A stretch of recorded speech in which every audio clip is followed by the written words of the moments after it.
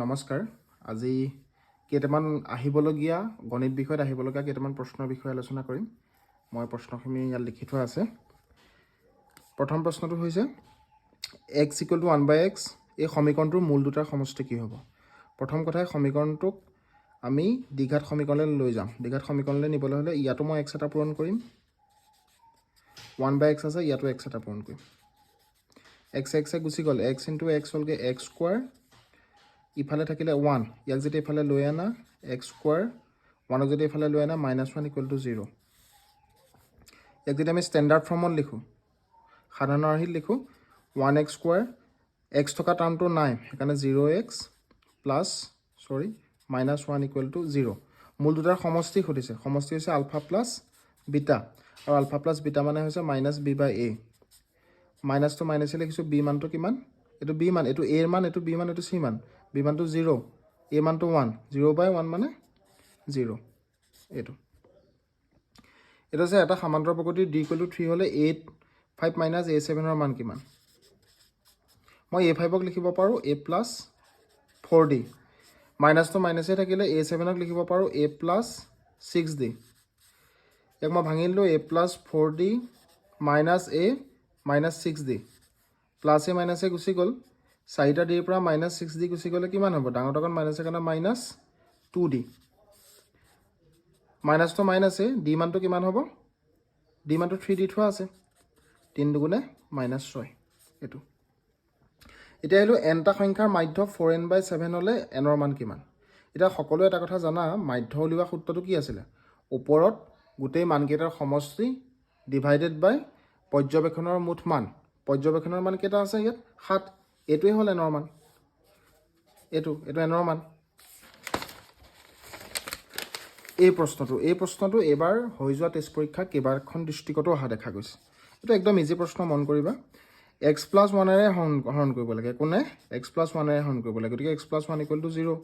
x মানটো কিমান হ'লগৈ? -1।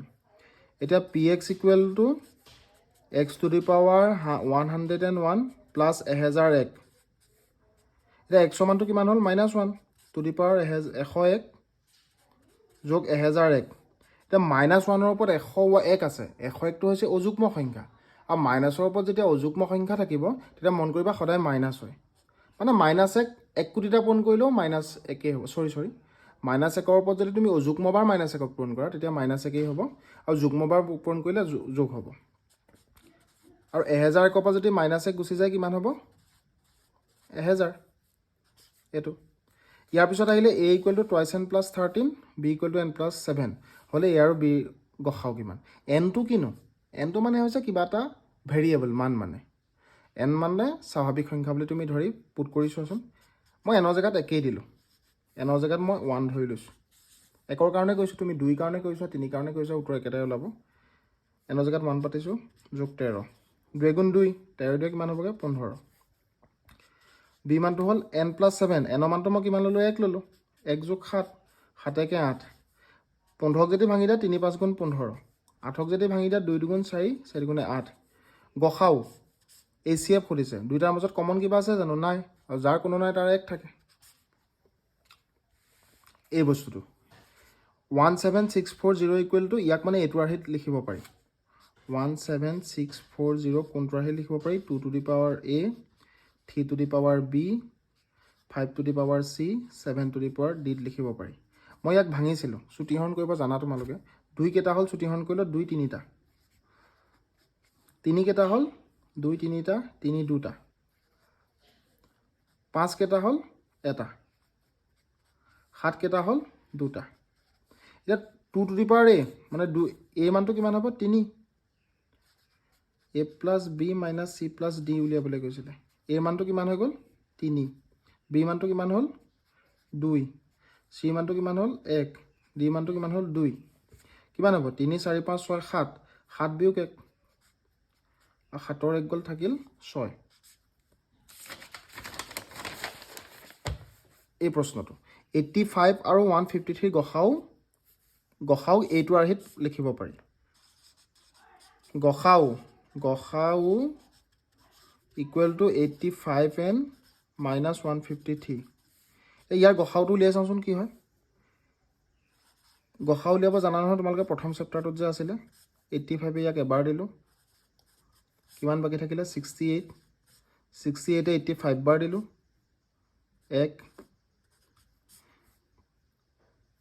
সৰি 68 হ'ব ইয়াত 85 পৰা 68 গ'লে কিমান থাকিব 17 17 68 কেইবাৰ যাব 4 বাৰ যাবগৈ লাষ্টত যিটো ওলায় সেইটোৱে গসাও কিমান ল'লে 17 ল'লে মানে গসাও কিমান 17 ইফালে থাকিলে 85 এণ্ড মাইনাছ 153 153 ইফালে লৈ আনাচোন যোগ হৈ যাব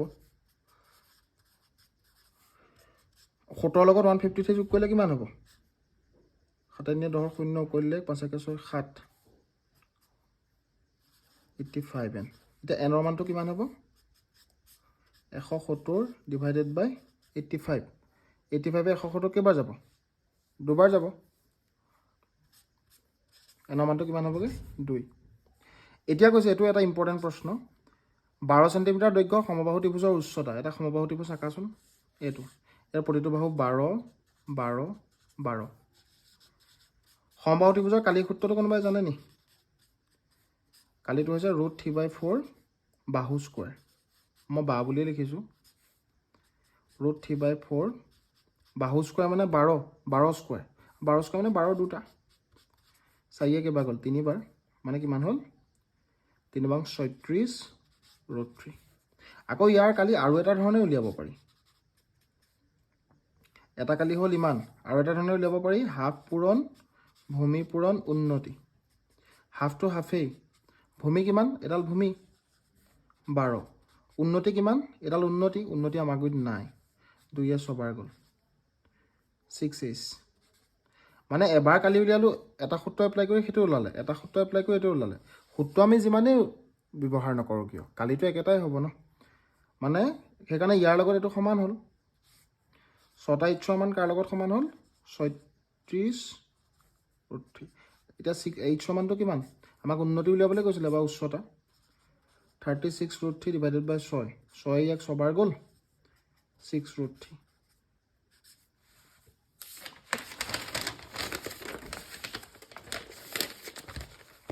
এটা প্ৰশ্ন আহিলে এইটো ইয়াত এই √8ৰ মানটোক ইগন'ৰ কৰিলেও উত্তৰটো ওলাবগৈ y মান কিমান সুধিছে 2 to the power x plus y 2 to the power x minus y 2 যদি গুচি যায় কাৰণ ঘাত একেই আছে সৰি 2 দুটাতে একেই আছে x plus y equal to x minus y x এফালেও আছে এফালেও আছে y minus y এফালে লৈ আনচোন লৈ আনা plus y equal to 0 দুটা y equal to 0 তে 2 এইফালে পঠাই দিলে y মানটো কিমান হ'বগৈ 0 হ'বগৈ আৰু √8ক যদি তোমালোকে 2 to the power প্ৰকাশ কৰা কৰি চাবাচোন 8ক √ওভাৰটো উঠাই দিলে 1/2 হয় আৰু 8 মানে কি 2 cube half 2 to the power 3/2 এইটো এনেকৈ কৰি চাবা তেতিয়াও এই তাৰমানে এইটোৰ লগত ইয়াক তুলনা কৰি এইটোৰ লগত ইয়াক তুলনা কৰি চাবা উত্তৰ একেটাই ওলাবগৈ এতিয়া আমি আহিছোঁ এইটো যে খুব অহা দেখা গৈছে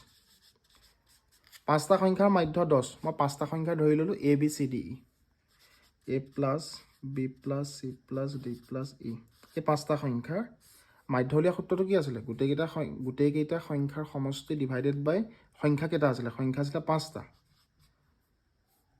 মাধ্য কিমান এইকণত মাধ্য লিখে মাধ্য মানে কিমান 10 এতিয়া মই যদি 5ক সেইফালে লৈ যাওঁ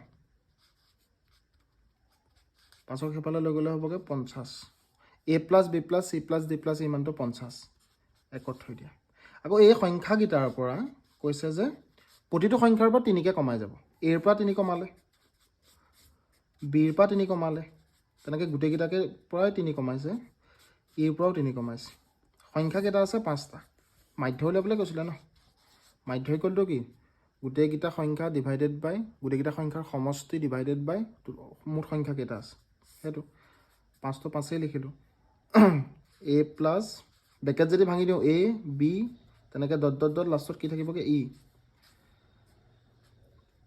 মাইনাছ থ্ৰী কেইটা আছে 5টা -3 -3 -3 -3 5টা আছে এতিয়া a plus b plus c plus d plus e মানটো কিমান আমি উলিয়াইছিলোঁ নহয় একত 50 পাইছিলোঁ প্লাছ মাইনাছ মাইনাছ 5 3 গুণ 15 5 পেজ নলুটিও আৰু ইয়াতে তোমালোকে মুখতে কৰা 50ৰ পৰা 15 গ'লে 35 থাকে ইয়াত থাকিব 35 আৰু 5 যদি 35ক কটাকটি কৰা 5 7 গুণ 35 7 ধন্যবাদ পৰীক্ষা